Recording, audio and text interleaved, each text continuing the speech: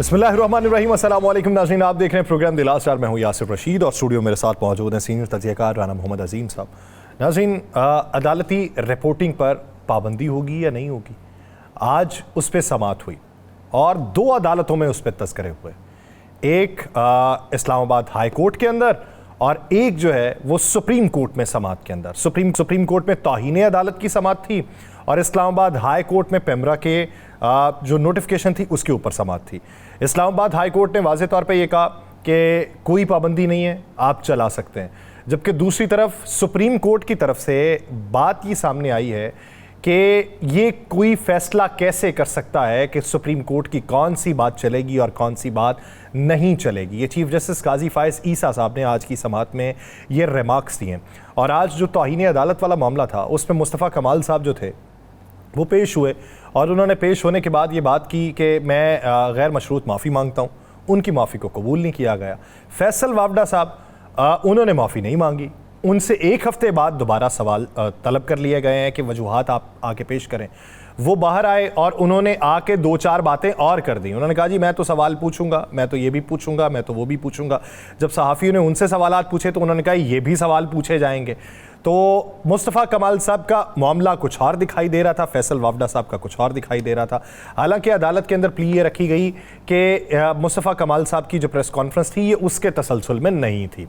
दूसरी बात जो आज अदालती मंजरनामे में ये भी देखने में आई कि फैसल वावडा साहब वो आज़ाद सेनेटर हैं, किसी पार्टी के साथ उनका ताल्लुक़ नहीं है, ना PMLN के साथ, ना PPP के साथ, ना MKM के साथ, ना BAP के साथ, यानी हुकूमती जितनी भी जमातें उनसे ताल्लुक़ नहीं। लेकिन वो आज़ाद हैसियत में खड़े हुए और सेनेटर जीत गए।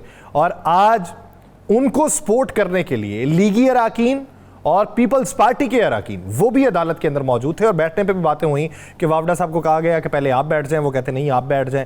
ये कुछ देर मुकालमा भी वहाँ पर चलता रहा है।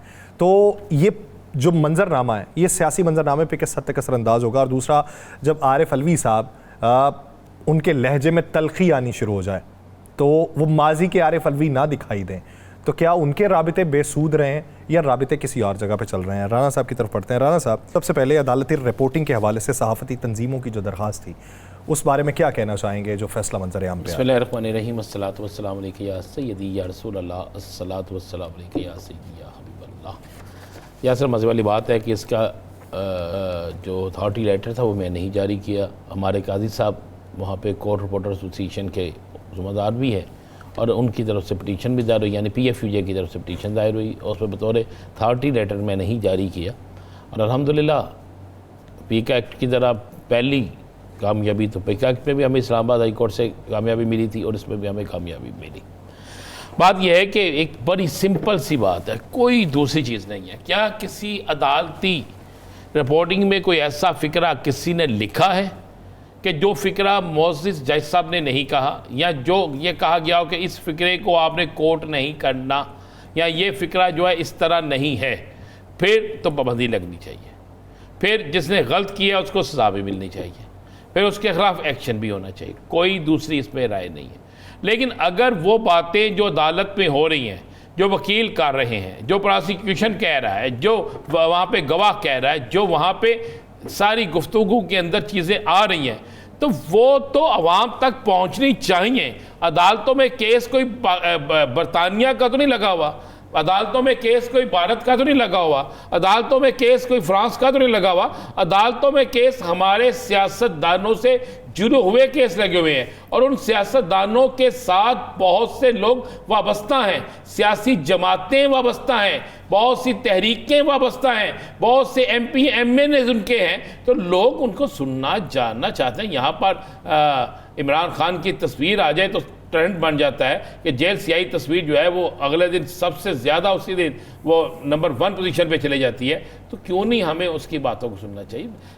ये मामला चला था बेसिक, तो आपको याद होगा साइफर से के फैसले आने से चंद दिन पहले अचानक से एक आ गया था। अब मुझे एक चीज़ का जवाब चाहिए।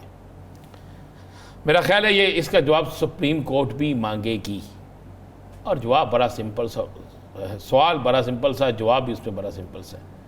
क्या ऐसा हो सकता है कि किसी अदारे के खिलाफ कोई प्रेस कॉन्फ्रेंस या कोई चीज़ हो और 5 मिनट चले, मैं कहता पहले 5 मिनट नहीं पता चला, 5 मिनट में मुत्तलका अदारा उसको पता ना चला हो। जैसा साहब क्या हो सकता है? यहाँ पर तो सिर्फ फ़ोन जाता है कि बंद, या आपने ये नहीं दिखाना, मुत्तलका अदारा जो हमें डील करता है वो नहीं दिखाते, तस्वीर नहीं चलानी, नहीं चलाते। तो फिर यूँ ठीक कहा चीफ जस्टिस साहब ने, बिल्कुल ठीक कहा कि बुलाएं ज़रा, पूछें कि किस तरह चल गई ये 1 घंटा 15 मिनट 20 मिनट 40 मिनट कैसे चल जाती हैं चीज़ें। देखिए सुप्रीम कोर्ट का आज जो केस चल रहा था, कल सुबह फिर, कल ही है ना समाअत जी नैब वाली, जी नैब तरामीम वाली सुबह है ना? हाँ जी। अब सुबह वो लाइव चलनी है ना, अब उसमें सारी चीज़ें सामने तो आनी है, गलत सही झूठ सच जो होगा सामने आना, सब चीज़ें सामने चलनी है। तो यार ये तो चीज़ें हैं, ये चलेंगी, लेकिन जिस चीज़ को जहाँ पे जिसने रोकना है अगर उसने नहीं रोका, और जिस चीज़ को नहीं रोकना उस पर रोकने के अहकाम दे दिए, तो फिर इसका फैसला अदालतों को करना पड़ेगा। इसलिए कि ये अदालती, अच्छा ये चंद एक जगहों पे होता है, लागू होता है, ये नहीं लागू हुआ कि फ़लाँ चीज़ नहीं दिखानी, नहीं, ये लागू उन्हीं चीज़ों पे हुआ है जिन चीज़ों पे जिसको कोई ख़तरा होता है। राहुल गांधी ने आपके वो एक किसी और पैरे में ले ले, मैं एक बात कर रहा हूँ, तो मुझे एक बता दें, तो हमें अपने मुल्क के लोगों की बातें तकरीरें सुनाने में क्या हर्ज, हम उस पर क्यों नहीं करते? फैसला अदालत ने दे दिया है, साथ ये भी कह दिया कोई ऐसा मत फिक्रा चलाएं जो नहीं कहा गया, तो वो नहीं चलाएंगे, जो गलत करेगा वो भुगत लेगा, जो ठीक करेगा वो चलता रहेगा। लेकिन ये एक अच्छी रवायत आ गई है कि अदालती रिपोर्टिंग की इजाज़त मिल गई है। शायद ये हुकूमत को अच्छा ना लगा हो, शायद किसी और को ये अच्छा ना लगा हो, लेकिन ये इजाज़त मिली है, तो ये एक बड़ी अच्छी बात है। हुकूमत में मौजूद लोग उस वक्त जब इन पे केसेस थे तब अदालती रिपोर्टिंग की बाकायदा तौर पे शेयर, और यार किसकी बात कर रहे हैं? फिर आप वही बात कर रहे हैं, यही मरियम औरंगजेब साहबा ने नहीं कहा था पीड एक्ट के खिलाफ जब हम गए थे तो ये हमारे साथ खड़े थे, फिर जब इनकी गवर्नमेंट आई तो ये पीड एक्ट के हक में हो गए। अब ये जो बिल्स है मौजूदा, मैं फिर उसे किसी और लफ्ज़ से कहूंगा, फिर आप हंसना शुरू कर देते हैं। हत्या के इज्जत का जो बिल है ये कौन लेके आया भाई? ये किस लिए लाया गया है? आज गवर्नर साहब कहते हैं कि हम इस पर मुज़ाकरत करेंगे और उस पर इसको हल निकाल लेंगे। क्यों लाते हो ऐसा बिल जिस पे शोर मचे? क्यों लाते हो ऐसा बिल जो नहीं, आप समझते हो कि ये ठीक नहीं है? नहीं लाना चाहिए। देखिए मैं बड़ी हम चीज़ें तनकीद करते हैं, आज 100 दिन हुकूमत के हो गए, 100 दिन में हुकूमत ने अपनी कारकर्दगी दिखाई। वो कारकर्दगी सस्ती रोटी हो गई, बिल्कुल हो गई, मैं मानता हूँ। बहुत सी चीज़ें सस्ती हुई हम मानते हैं, बहुत सी चीज़ों में रिलीफ मिला हम मानते हैं, जो कि इन्होंने काम किया हम उसको बिल्कुल अप्रिशिएट करते हैं। जी वो हुआ, मेरे पास वो लिस्ट इस वक्त मौजूद नहीं है, वो पूरी लिस्ट में होती मैं ज़रूर पढ़ता, जो ये अच्छे काम करते हैं मैं बिल्कुल उसको डिस्कस करता। आज नहीं, कल कर लेंगे, परसों कर लेंगे, उसमें बिल्कुल करेंगे। जो काम अच्छा है उसको अप्रिशिएट करेंगे, जो गलत है उस पर हम ज़रूर बोलेंगे, वो बोलना हमारा हक बनता है।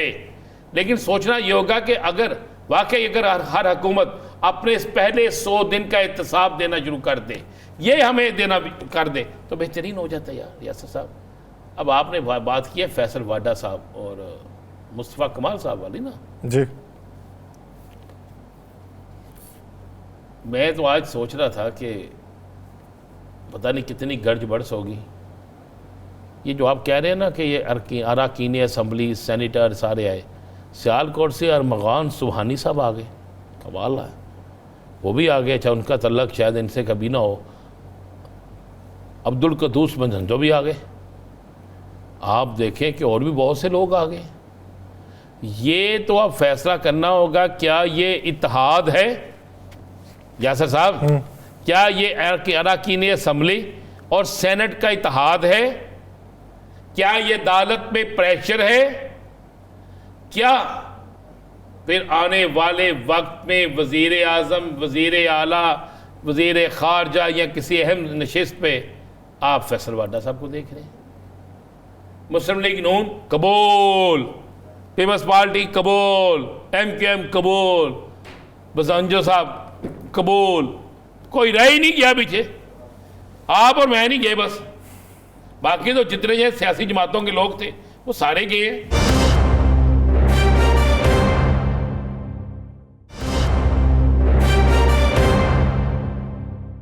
आज की समात, कल की समात, आने वाली एक दिन पहले होने वाली समात, यार ये सारी चीज़ों में बानी तहरीक इंसाफ किधर डिस्कस हो जाता है जब ये बाहर निकल के लोग प्रेस कॉन्फ्रेंसें करते हैं, टॉक करते हैं। जितनी पाबंदी लगाती है ना आप लगाते हैं उस पर, उतना ही वो डिस्कस होता है। इसका मतलब है कि गेम का खिलाड़ी अगर कोई है, गेम में अगर कोई है तो सिर्फ वही है, इसके अलावा कोई शख्स गेम में नहीं है। अगर मैं ये गलत कह रहा हूं तो बताएं मुझे। और जस्टिस अतर मिनल्ला साहब का जो इख्तलाफी नोट है यार कमाल है, उसमें उन्होंने कहा है कि पाकिस्तान की सबसे बड़ी सियासी जमात का वो लीडर है, रहनुमा है। अब अतर जस्टिस अतर मिनल्ला साहब जो हैं उनका इख्तलाफी नोट है, लेकिन वो उस फैसले का हिस्सा है वो नोट। वो सारी चीज़ें जो हैं बड़ी क्लियर होकर सामने आई हैं। तो ये तो बड़ा चीज़ है। अब आपको ये कहे कि तहरीक इंसाफ जो है वो इस पाकिस्तान के अंदर बहुत बड़ी सियासी जमात नहीं है, अगर वो ये कहे कि तहरीक इंसाफ का लीडर बड़ा सियासी लीडर नहीं है, अगर वो ये कहे कि इंसाफ एक बिल्कुल पीछे हट चुकी है, तो अब तो आज तो अतर मिनल्ला साहब के उस रिमार्क्स के बाद तो फिर बहुत सी चीज़ें खुल गई हैं। उन्होंने और भी कुछ लिखा है, यासर सुना पढ़ा है ना आपने बड़े गौर से, मैंने बयान नहीं कर सकते लेकिन पढ़ा है ना आपने, अच्छे तरीके से पढ़ा, तो बाकी लोगों ने भी पढ़ लिया है, तो ये तो चलेगा। मैंने आपसे एक दिन कहा था कि आप क्या समझते हैं कल जब नैब केस के हवाले से जब बात होगी तो क्या सिर्फ वो नैब केस के हवाले से बात होगी? वो भाई बड़ी चीज़ें उसमें निकलेंगी।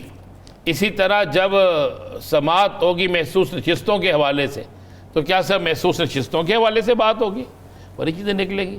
ये तो कैसा कानून, इतना कमाल का कानून हमारा चल रहा है, और हमारी सुप्रीम कोर्ट को तो इस पर लेना चाहिए एक्शन कि कल काज लिस्ट कैंसिल कर दी गई है तहरीक इंसाफ की, का केस कल नहीं लगा उस पर, जिस पे जनाब इलेक्शन कमीशन साहब ने जो उनसे मांगे थे डॉक्यूमेंट, जो इतराज़ात थे, उसके बाद समात रखी थी, वो समात नहीं कल होगी। लेकिन जो समात मुस्लिम लीग नून के हवाले से है, जो उनके 3 अरकान के हवाले से है, वो कल होगी।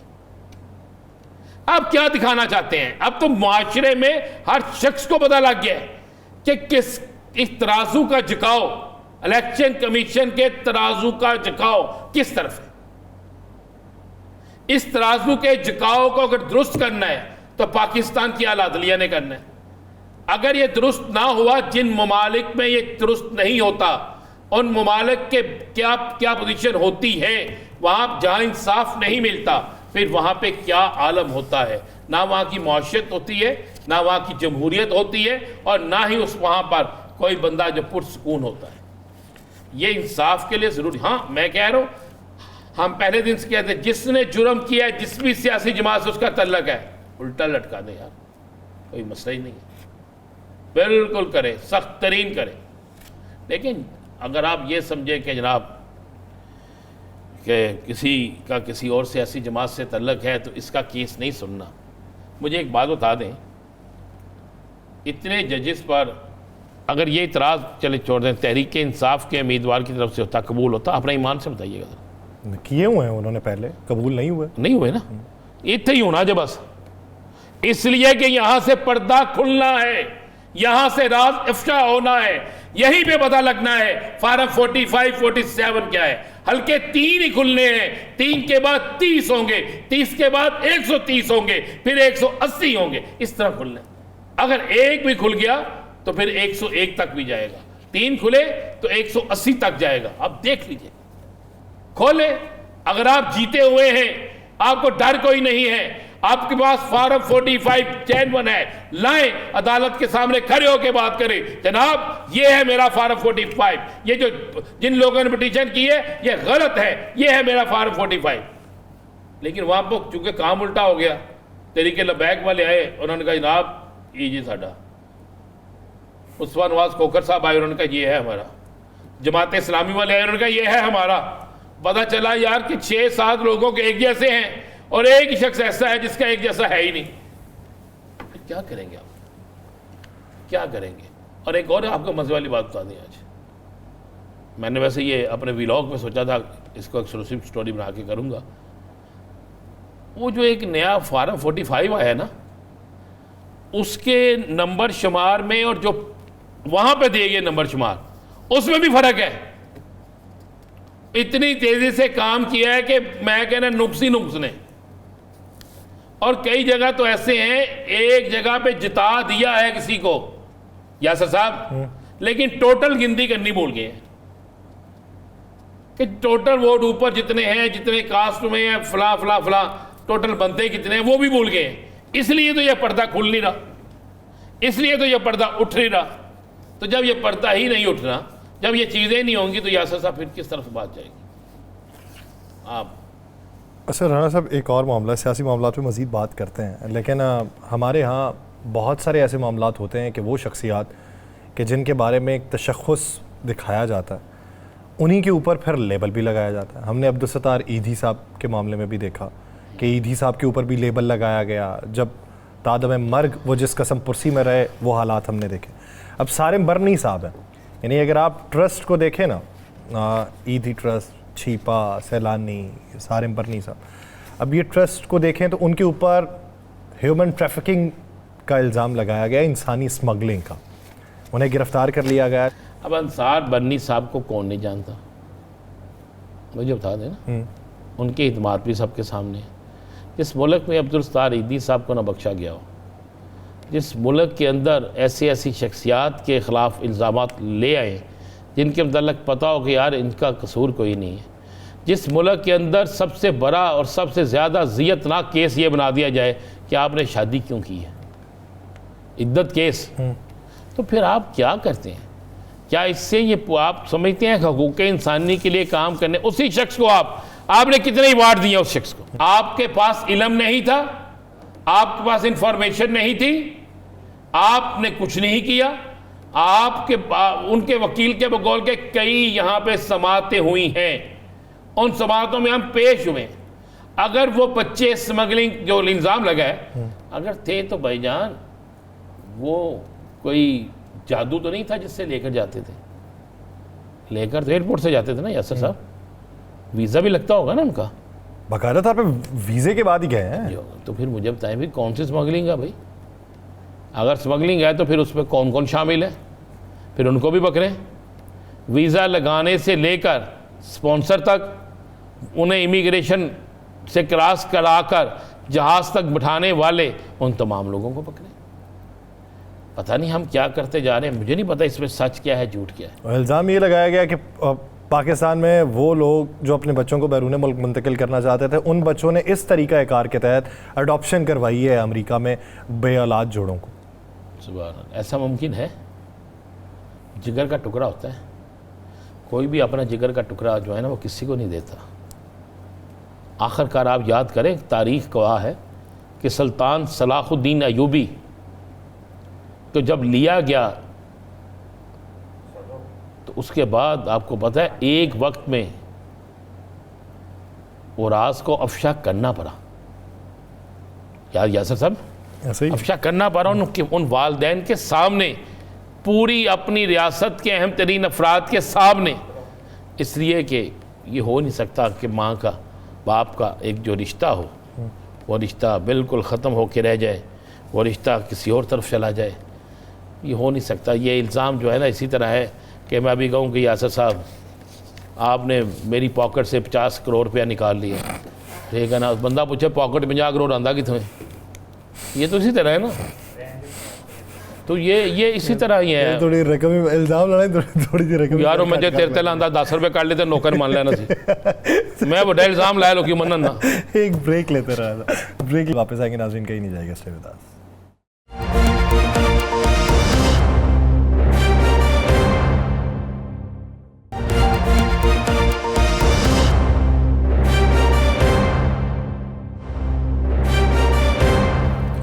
ब्रेक के बाद खुशामदीद नाज़रीन। एक तरफ हुकूमती कुछ वज़रा या मुशीर या मुआवनीन खुसूसी या तर्जुमान, वो उनकी राय अगर सुन लें तो वो कहीं ना कहीं कोई ऐसी रमक पैदा करते हैं कि हालात जो हैं वो बेहतर हो सकते हैं, और दूसरी तरफ से अगर लचक दिखाई जाए तो बेहतर हो सकते हैं। और एक तरफ से ये बाकायदा तौर पे कहा जाता है कि हालात में नरमी किसी सूरत नहीं लाई जाएगी। तो ये बयानबाजी में जो हमें दो रंगी दिखाई देती है, इसके पीछे वजूहात क्या है? दूसरा ये कि 100 दिन की कारकर्दगी की जो रिपोर्ट पंजाब हुकूमत की तरफ से जारी हुई है, उसमें क्या हकायक हैं और क्या चीज़ें हकायक के मुनाफी हैं? इसी बारे में हमें बात करने के लिए ज्वाइन किया है opposition leader Punjab assembly Malik Ahmad Khan Bhuchar साहब ने। मलिक साहब, बहुत शुक्रिया आपके वक्त का। मलिक साहब, इससे पहले कि ये इसके ऊपर बात की जाए उनकी कारकर्दगी के ऊपर या हुकूमती एक्शंस के ऊपर, आपकी खान साहब से मुलाकात हुई, क्या समझते हैं कि उस मुलाकात में क्या लाहेअमल आपको दिया गया है जिसकी एग्जीक्यूशन हमें एक हफ्ते में देखने को मिलेगी? सर बिस्मिल्लाहिर्रहमानिर्रहीम। सर बात यह है कि खान साहब से मुलाकात हमारी हुई है, क्योंकि खान साहब थर्सडे को अपने जो पॉलिटिकल उनके वर्कर्स हैं, जो उनकी पार्टी के मेंबर्स होते हैं, उनको मिलते हैं। तो अब पोजीशन ये है कि देखें, मैं एक चीज़ आपको बता दूं, पहले तो इनके झूठ का मैं आपको बता दूं कि खान साहब को जो कहते हैं ये प्रिविलेजेस मिली हुई हैं, ये प्रिविलेज एंड पक्स मिले हुए हैं, ये है वो है, कुछ भी नहीं है। आज से कोई हफ्ता पहले जिस दिन मैं मिला था, उस दिन 3 दिन पहले कोई उन्होंने कूलर दिया। हालांकि खान साहब नहीं अपने लिए बोलते, लेकिन एक prime minister, x prime minister हैं और सिंगल लार्जेस्ट पार्टी के वो सरबराह हैं इस टाइम भी। ये तो फॉर्म 47 के जरिए आए हैं, तो उनका ये सारा बाहर झूठ बोल रहे हैं कि उनको ये मिल गया है, वो मिल गया है, उन्होंने को अपने लिए को खास तौर पे उनको को ये कर रहे हैं, अपना फैसिलिटेट कर रहे हैं। देखिए वो सब बातें झूठ हैं, उनको अपने जो privilege and perks ex prime minister के होते हैं वो भी नहीं दे रहे। दूसरी बात ये है जी कि जो आप ये बात कर रहे हैं कि हमारा प्रोग्राम, देखिए खान साहब पे झूठे मुकदमात, उस वक्त साइफर केस था, अब वो तो साइफर भी खत्म हो गया, आपको पता है। जब साइफर खत्म हुआ है तो हमारे पीछे इन्होंने वो ट्वीट लगा दी है कि आपने ट्वीट की है जी, वीडियो लग गई है। डेफिनेटली उस केस में कुछ नहीं था। ये अब आगे इद्दत वाले केस का हाल आप खुद देख रहे हैं। तो हमारा प्रोग्राम डेफिनेटली यही है जी कि हमने इमरान खान के नाम पे वोट लिए हैं, और सिर्फ लोगों ने हमें वोट दिए हैं कि खान साहब के जो मुकदमात हैं, जो मुकदमात झूठे मुकदमात हैं, उनसे कैसे आप इनको रिहाई दिलाएं। तो हमारा नेक्स्ट प्रोग्राम बन रहा है जी एहतजाज का। हम पुरअमन एहतजाज में जाएंगे, हमारे वर्कर्स कन्वेंशन हो रहे हैं, हमारे एमपीएस एहतजाज कर रहे हैं। हम इंशाअल्लाह ताला पूरी तरह उस एहतजाज को जी करेंगे आप, और मेरे ख्याल में नेक्स्ट हफ्ता 10 दिन में चीज़ें सामने आनी शुरू हो जाएंगी जी। अच्छा जी, आप कह रहे हैं कि एहतजाज, मेरी इत्तला ये है कि खान साहब की रिहाई की फ़ाइनल कॉल खान साहब की तरफ से आएगी और उस पर अमल होगा। जी राना साहब, बिल्कुल आप ठीक कह रहे हैं, कॉल तो डेफिनेटली उधर से ही आनी है, लेकिन हम अपनी तैयारी हमने शुरू कर दी है। देखिए अब ये हर जगह, अगले दिन हमारे एक एमपी इन्होंने पिंडी से पकड़ ली है और रैली निकाल रहे थे। किसी जगह पे ये हमारा एक छोटा मोटा कन्वेंशन होता है, वहाँ पे ये कर देते हैं, अपना धावा बोल देते हैं, किसी जगह पे कुछ हो जाता है। तो बात ये है कि जब हम डिप्टी कमिश्नर को अपने कन्वेंशन की या अपने जलसे की दरख्वास्त देते हैं तो वो बेचारा हफ्ता पूरा भागा फिर रहा होता है, और उसके इनडायरेक्टली उसके पैगाम हमें पहुंचते हैं कि सर हम मजबूर हैं, हम क्या करें। फिर हम राना साहब हाई कोर्ट आते हैं। यानी ये बातें तो आपकी बिल्कुल ठीक है, लेकिन हमने अपनी तैयारी शुरू कर दी है। हम मोबिलाइज कर रहे हैं लोगों को, और लोगों को हमने क्या मोबिलाइज करना है जी, खान साहब की रिहाई के लिए लोग ऑलरेडी मोबिलाइज हैं, और वो चाहते हैं कि एक जो नाजायज मुकदमात में पाकिस्तान का मकबूल तरीन लीडर अंदर है, तो उसको फौरन बाहर आना चाहिए। और साइफर केस आपके सामने है, इंशाअल्लाह ताला बड़ी जल्दी जी ये कठिन सफ़र ख़त्म होगा इंशाअल्लाह। अच्छा मलिक अहमद खान साहब, अगर देखा जाए कि अभी जो मौजूदा सूरत हाल है, पंजाब असम्बली में भी हीट बहुत ज़्यादा बढ़ रही है, लफ्ज़ों की सूरत में, एक दूसरे पे हमला आवर होने की सूरत में। अब कल के मामले पे शेख इम्तियाज़ साहब वाला मामला जो है, ये इसी तरह ही चलता रहेगा? देखिए जी, बात ये है, कल मैंने भी स्पीच की है, अब मेरी भी स्पीच आपने सुनी होगी कल वाली सारी।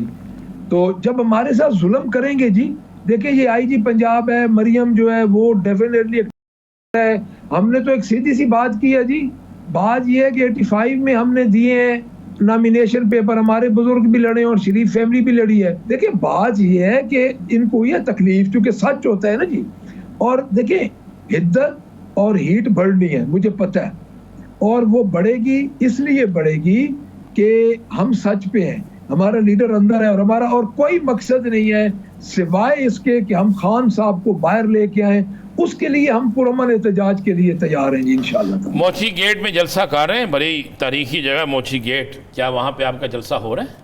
जी डेफिनेटली वहाँ पे हमारा जलसा भी नहीं, कन्वेंशन का इनका प्लान है जी। हमारा कन्वेंशन का जलसे की शक्ल तो वैसे ही पीटीआई की बन जाती है, तो हमारा पूरा प्लान है जी। हम पुरअमन एहतजाज वहाँ पे करेंगे, हम सब होंगे, हमारे एमपीएस होंगे, हमारी तंजीम होगी, हम सब होंगे जी इंशाल्लाह वहाँ पे मौजूद। इसका मतलब हम देखें कि आपकी गिरफ्तारियाँ उस दिन, लेकिन ये गिरफ्तारियां रन साहब हमारे लिए बड़ी मामूली चीज रह गई है पहली बात, क्योंकि हमारे ऊपर इतने झूठे मुकदमात हैं, हमारे लीडर के ऊपर हैं, हमारे रिप्रेजेंटेटिव्स के ऊपर हैं, हमारे जो अंदर हैं आप खुद देख लें, मियां महमूद रशीद हैं, चौधरी परवेज इलाही साहब अब जिस हाल में बाहर आए हैं, एजाज चौधरी साहब हैं, उसके बाद आप देख लें डॉक्टर यास्मीन राशिद साहबा हैं और उमर सरफराज चीमा है, सनम जावेद अली, किस किस का नाम नहीं, अली हमजा, सब देखें ये वो लोग हैं जो एक एक साल जमानत में भी बाहर आ नहीं सके, जिनका भी अदालत ने फैसला करना है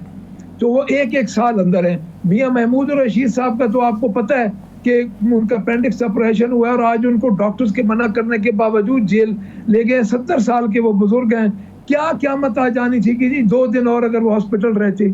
एक बुजुर्ग है, हार्ट पेशेंट है और उनका अपेंडिक्स का ऑपरेशन हुआ 3 दिन, तो वो उधर दर्द में रहे कि मुझे दर्द है, मुझे ले जाएं।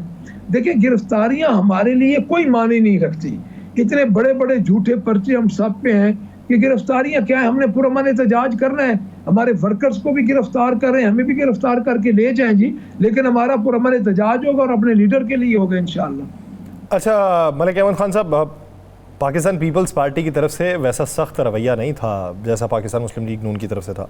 बिलावल भुट्टो जरदारी ने गुफ्तगू की है, उस गुफ्तगू का कुछ हिस्सा मुलाहिजा करते हैं, फिर बात को आगे बढ़ाते हैं कि बिलावल भुट्टो ने जो कहा है उसका इम्पैक्ट सियासत पे क्या पड़ेगा। और जब तक कोई जेन्युइन डेमोक्रेटिक अप्रोच नहीं लिया जाएगा तो फिर उसका नुकसान होता है। पाकिस्तान के अवाम वफाक के जो इश्यूज़ है, जो हाइपर पार्टिज़न नफरत की सियासत है, वो इसमें इतना दिलचस्पी नहीं रखते। हमारे अपने मसाइल का हल देना चाहिए, ना कि ये इमरान क्या कर रहा है नहीं कर रहा है, हमें क्या फ़र्क पड़ता है। उसका अपना केसेस है, अपना केसेस का मुकाबला करें। हमारी नज़र में ये मुत्तफ़ाक़ अमल है। मलिक अहमद खान साहब वो कहते हैं हमारी नज़र में ये मकाफ़ात अमल है।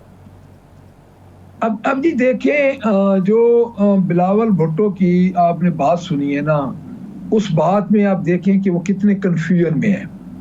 एक तो वो कहते हैं कि डेमोक्रेटिक प्रोसेस अपनी ट्रू स्पिरिट में होना चाहिए, पहली बात जो मैं समझाऊं, आप भी शायद यही समझे। दूसरी बात वो कहते हैं कि इमरान खान को अपने केसेस का करना चाहिए सामना। तीसरी बात ये वो कहते हैं कि मकाफात अमल है। अब मेरी बात सुने, इद्दत वाला केस मकाफात अमल है, साइफर वाला केस मकाफात अमल है। अब बिलावल साहब चूंकि अभी मैं समझता हूँ कि वो एक जो बड़ा बोर्ड के नीचे जो होता है ना जी, छोटा दरख्त, वो कभी पनप नहीं सकता। वो जरदारी के नीचे है, एक बड़े दरख्त के नीचे है, वो अपनी जबान नहीं बोल सकते अगर उनका दिल भी करे तो। ये तीनों बातों में आप कंट्रडिक्शन देख लें, मुझे समझ नहीं आती ये बातें किस तरह करते हैं। देखिए मकाफात अमल ये होता कि तहरीक इंसाफ की तरफ से उनके साथ को ज्यादती की गई होती, उनके साथ जिन्होंने ज्यादती की है उनके तो वो साथ बैठे हैं। जो वादा मैं समझता हूँ कि मिस्टर भुट्टो के जो कातिल के साथ जो बैठे थे, जिन्होंने उनके कातिल को अपना रूहानी बाप करार दिया था, उनके साथ तो आप बैठे हैं, उनकी तो छतरी में उनको तो आप चौकीदारा कर रहे हैं उनका तो, और उनको तो गवर्नमेंट आप बना के दे रहे हैं। तो आप कैसे ये कह सकते हैं? आप तीनों बातें मुझे उनकी तीनों बातों में कंट्रडिक्शन नजर आती है। आप तो अगर ट्रू स्पिरिट में जमहूरियत हो तो 80% तो वोट मिले इमरान खान को। इस वक्त 26 मिलियन वोट इमरान खान को मिला है और तकरीबन 1.5-2 करोड़ पे तो 2/3 अक्सरियत बन जाती है ऐसे मुल्कों में। देखिए ये क्या बातें करते हैं, 33% में आपकी 2/3 अक्सरियत बन जाती है।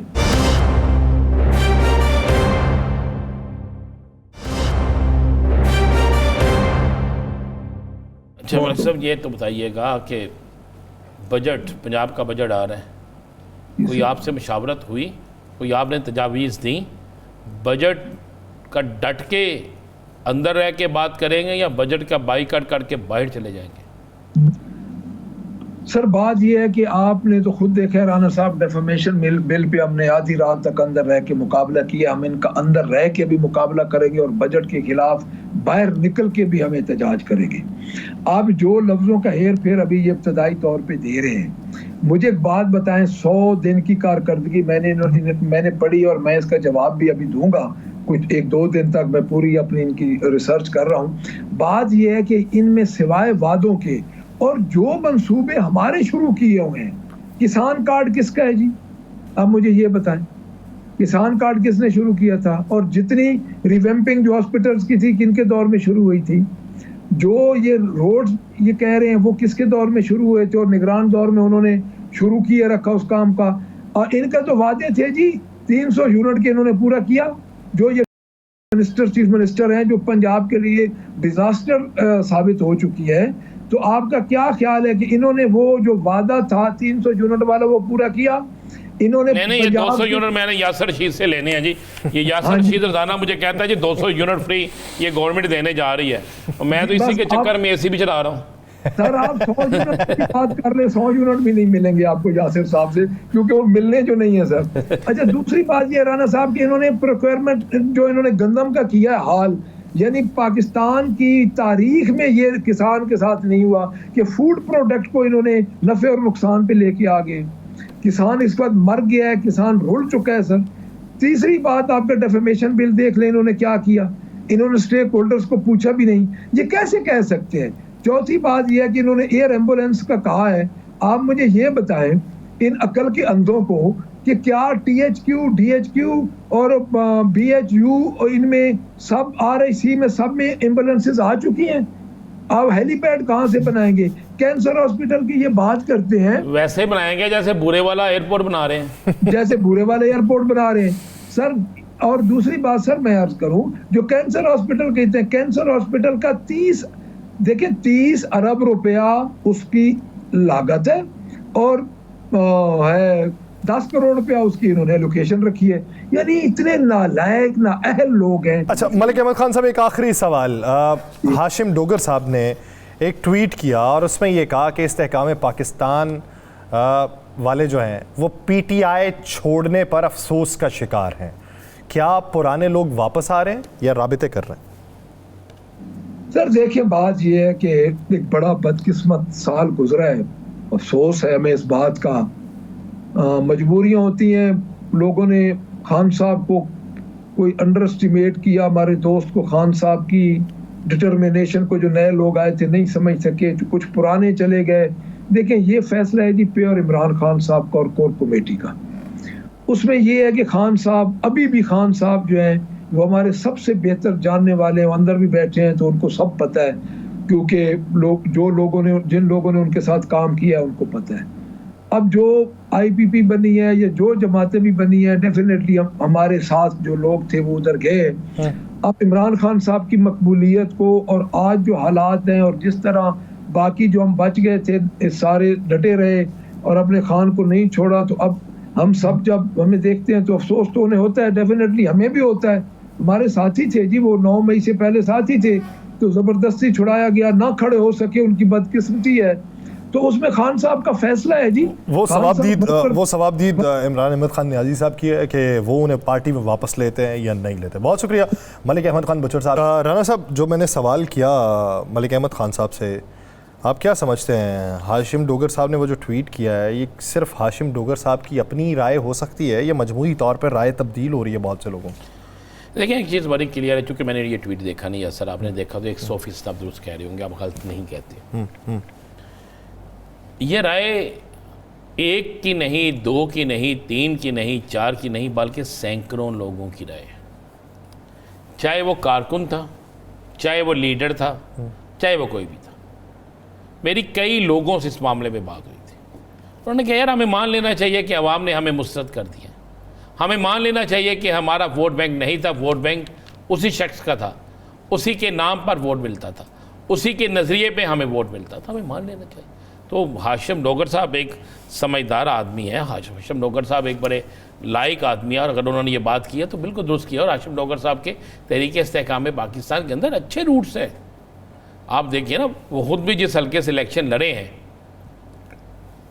उनकी पोजीशन आप देख लें, और भी आप ज़रा लिस्ट निकाल के देख लें ना, फरदौस आशिक अमान साहिबा को कितने वोट पड़े हैं? बड़ा नाम था ना, मैं एक बड़े बड़े नामों पे हम आ जाते हैं ना। चौधरी गुलाम सरवर साहब को कितने वोट पड़े? आप इसी तरह बड़े नाम लेते जाएं। हुमायूं अख्तर खान साहब को ले लें आप, वो गोरे उस हल्के में उन्होंने खर्चा भी काफी खुला किया। वो गोरे जो विनिंग गोरे होते थे ना, जिन्हें हम कहते थे गोरा, तो मैं कह सकता हूं जो विनिंग कैंडिडेट थे, जो उनको कहां पर कितना कितना वोट पड़ा। आप सबको छोड़ दे, जहांगीर तरीन साहब को ले लें यार, 2 हल्के थे ना, 2 हल्कों में आप ले लें, क्या बना? ये कोई जो जीते हैं वो किस तरह जीते हैं मुझे भी पता है, आपको भी पता है। तो फिर अगर हाशिम डोगर नहीं जीत सका, अगर जहांगीर तरीन नहीं जीत सका, अगर फरदौस आशिक अमान साहिबा नहीं जीत सकी, तो फिर मुझे बताएं जो जीते हैं वो कैसे जीते हैं, ये आपको भी पता हो, मुझे भी पता है। वो भंडारी खोल लाएंगे तो जो बड़ा कुछ निकल आएगा।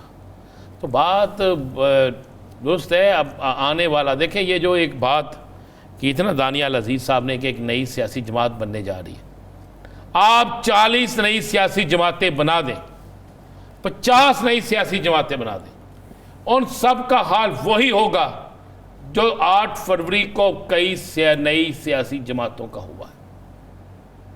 आप कितने इलेक्शन ऐसे करवा लेंगे जिसमें आप फार्म तब्दील कर देंगे? अब 1 हो गया, 2 हो गए, 3 हो गए, इससे ज्यादा आगे चल के ऐसा हो नहीं सकता। लोग यहां वोट डालना छोड़ देंगे यासर साहब, या लोग ये फैसला कर लेंगे हमने वोट डालना ही नहीं, तो ये सबसे बड़ा नुकसान होगा जमहूरियत का।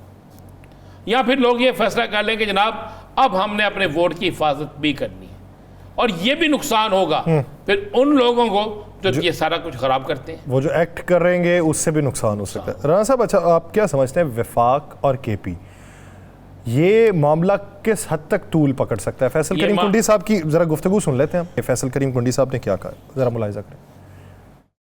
इस वक्त 2 खैबर पख्तूनख्वा है, एक सोशल मीडिया का खैबर पख्तूनख्वा है और एक रियलिटी का खैबर पख्तूनख्वा है। जो आप सोशल मीडिया पे खैबर पख्तूनख्वा देख रहे हैं वही खैबर पख्तूनख्वा आप तलाश करें। अगर आपको वो खैबर पख्तूनख्वा मिल गया तो फिर हमें भी वो बता दें। मेरे वज़ीर आला साहब के थोड़ा ब्लड प्रेशर हमेशा हाई होता है, कुछ सियासी मजबूरियां भी होती हैं, तो जब वो मजबूरियां मैंने सुनी तो फिर मैंने उनके खिलाफ सख्त बयान देना छोड़ दी। फिर मैंने उनको खाने की दावत दी, मुझे बुलाया मैं जाऊँगा, लेकिन डायलॉग के जरिए मसाइल हल निकालेंगे। अच्छा जी, वो कहते हैं जी सियासी मजबूरी है। अब अली अमीन गंडापुर साहब, उनका जवाब क्या है वो जरा मुलाहिजा करें। तू बार बार वज़ीर आला कर रहा है, तेरी हैसियत क्या है? अभी तुझे घबराओ से निकाल के बाहर रोड पे फेंक दूंगा, ये तेरी हैसियत है? इस तरह तू बड़ी बड़ी बातें कर रहा था, अब तू घुस के दिखा के पिया उसमें। जिन कदमों पे सवार हैं उन कदमों से नीचे पहले इनको गिराएंगे और उस पर घर भेजेंगे। वैसे भी इनसे हुकूमत चलनी नहीं है, बजट तक ये पेश कर नहीं पा रहे, मुल्क का दिवाली इन्होंने निकाल दिया है। तो अब ये बहाने ही ढूंढ रहे हैं कि हमें सियासी शहीद बनाया जाए, तो हम सियासी शहीद नहीं बनाएंगे। जी राना साहब, तलखी तो मजीद बढ़ती चली जा रही, तलखी इतनी ज़्यादा बढ़ जाएगी, आपको आने वाले चंद दिनों में नज़र आएगा कि हालात किसी और नहज पे चले जाएंगे जो जमहूरियत के लिए बेहतर नहीं होगा। ये मैं आपको वक्त से पहले बता दूँ। नंबर 2, आज आपने एक बयान नहीं सुना। हमने बिलावल भुट्टो जरदारी साहब का एक बयान चलाया, एक बयान हमने नहीं चलाया, उस पर शायद आपने गौर नहीं किया। क्या उन्होंने कहा कि इस्लामाबाद वालों से लोग अब नफरत करते हैं, जो इस्लामाबाद में गलत सियासत हो रही है। इस्लामाबाद में कौन बैठा है? हुकूमत बैठी है ना, अपोजिशन तो नहीं बैठी। उन्होंने तो दफ्तरी सील कर छड़े थे।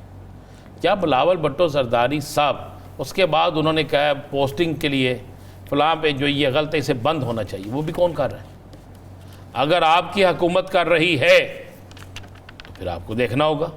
अगर आपकी हुकूमत नहीं कर रही, फिर आपके साथी कर रहे हैं जिनको आप सपोर्ट करते हैं। जब आप कहते हैं कि इस्लामाबाद में बैठे लोग जो हैं वो जो नफरत का खेल खेल रहे हैं इससे अवाम पसंद नहीं कर रही।